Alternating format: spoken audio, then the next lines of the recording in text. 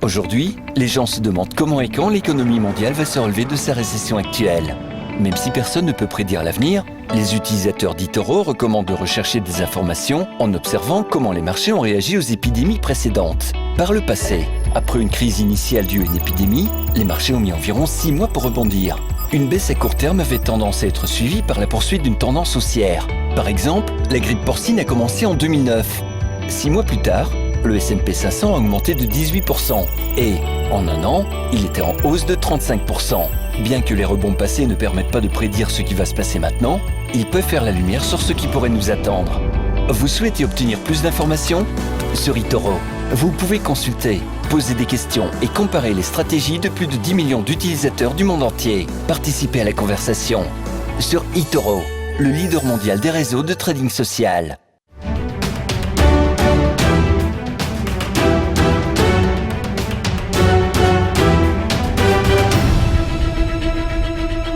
Tout de suite, un petit peu d'actualité économique.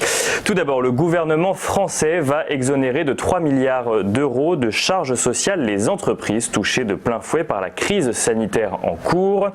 Le ministre de l'Action et des Comptes publics, Gérald Darmanin, a déclaré hier que les entreprises du secteur de la restauration, du tourisme, de la culture ou encore du sport seraient les premières bénéficiaires de cette exonération. En ce qui concerne les entreprises des autres secteurs, celles qui ont vu leurs charges sociales reportées, elles pourront étaler leur paiement sur une période pouvant aller jusqu'à 36 mois. Et selon Gérald Darmanin, toujours, qui était interviewé donc ce week-end dans l'émission Le Grand Jury RTL Le Figaro LCI, la dette française risque de dépasser le seuil des 115% du produit intérieur brut en fin d'année, une conséquence directe des mesures de soutien à l'économie face à la crise sanitaire.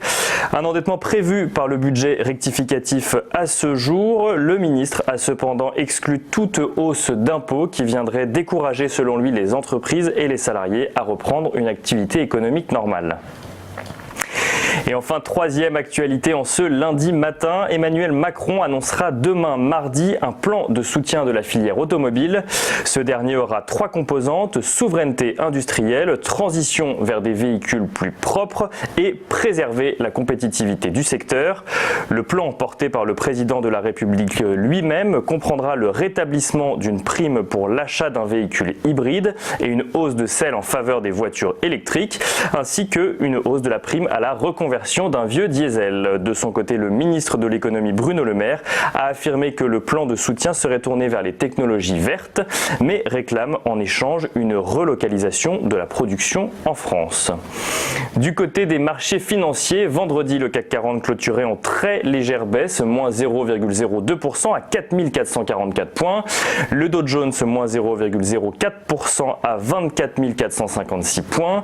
Le S&P 500, plus 0,24% à 2955 points. Et enfin, le Nasdaq Composite, plus 0,43% à 9324 points.